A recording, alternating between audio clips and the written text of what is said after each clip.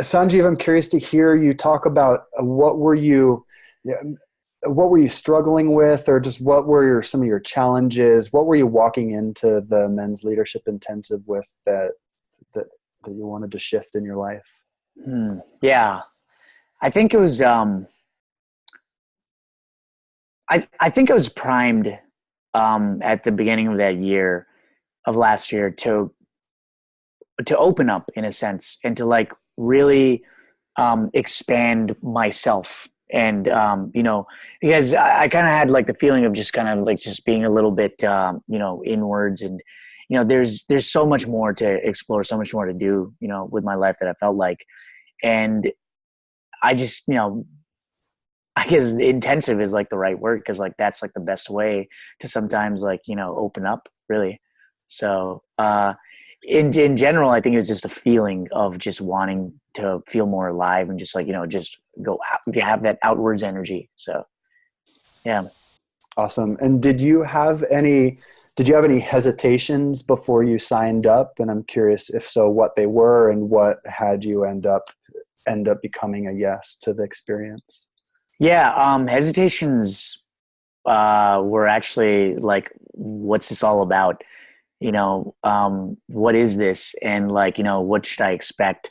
Things like that. And yeah, it's more like uncertainty, like the fear of the unknown, really, which is, funnily enough, is like a great representation for, like the way that, people normally do things, the way I normally did things, just afraid of and anxious about like the future and whatnot.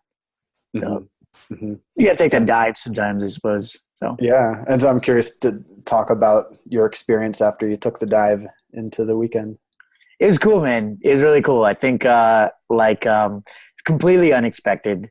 Definitely a good chance to actually like really think about that one question about like the idea of like masculinity and what it is to be like a male in our current world. There's just like, and just even the idea of like toxic masculinity is like, it comes up and it's new, right? It's new in the sense that it's like, holy shit, like I haven't thought of this idea that, masculinity can be something, it can go to a toxic place, but it doesn't have to, So like that weekend, just like really sitting with questions like that and those kind of themes, and in such a way with other people who are also, it's a meeting the minds, meeting of men, right? And there's so many wonderful tidbits, that he took from it. So Mm-hmm. Is there one that stands out, a moment or an aspect of the weekend that you liked the most? yeah, there's actually, like, when I think about it, you had some wonderful lines that you said actually, and one of my favorite was like leaders create other leaders, or and that was it's such a beautifully put way, because to me what that means is if you want to make a change in this world, really you just make that change in yourself. You set the example, you set the pace, you're the one. It goes back to Gandhi's quote, you be the change that you want to see in the world. So it's well put. Mm-hmm. Mm-hmm. And I'm curious, if you had a friend who was on the fence about coming to the men's leadership intensive, what might you say to him? Just do it. I mean, honestly, like it's you know you you can't lose from this. You can't. You can only become better, right? And B, like, if with a decision like this, if you're if you see the benefits and you're still hesitating to act, and you end up postponing the decision, you're literally just kicking the can down the road, because this type of anxiety and choice and just like diving in is going to manifest in many other aspects of your life. So, think of it as a way to actually start taking some meaningful steps towards opening up, towards becoming that person that you want to be, towards ease, towards that life that you want, really. And it's like the intensive is amazing, and that's the type of step that you want to take. So And what are some of the ways that that experience has translated into your life that have made a lasting difference? Because it's been almost a year since you attended. It's been almost a year. Yeah. About 1 month shy. Um, Again, that question about what it is to be, a man or masculine in this world that we live in. It's very interesting because it's something I've never considered before, and it's just like my idea of it before was how do you say it was. I got it from movies and TVs and like other places in my life where it's kind of like someone else's vision of it is there, but but I started thinking about it on my own. So my authentic version of it has been starting to shine this year. So, in a sense, it's like um, build upon who I am, right? And the whole masculine aspect of it is standing firm with it, but not like aggressive, just like, who I am as a person. That's who I am, and just stay with it and go outwards with it. That's really what that's the kind of principle Hmm. that I've been working with, that I've taken away from that Hmm. intensive.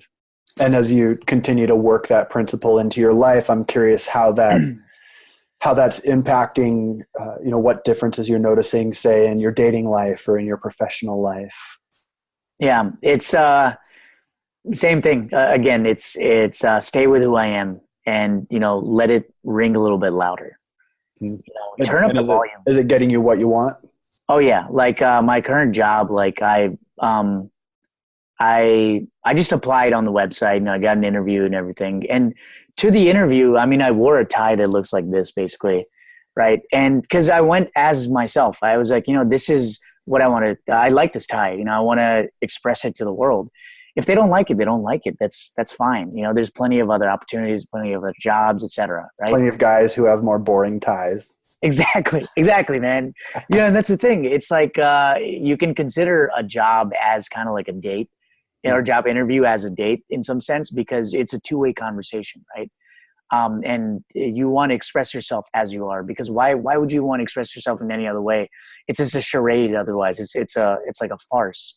You want to Mhm. take that mask off and basically just show who you really are, because that's where harmony lies. Yeah. And same thing with dating. It's in the women in my life now. It's I express who I am, myself, and to the best of my ability, because that's all that matters, right? And like 9 times out of 10, like they love it. Actually, that's like the best part. That is what has been missing before.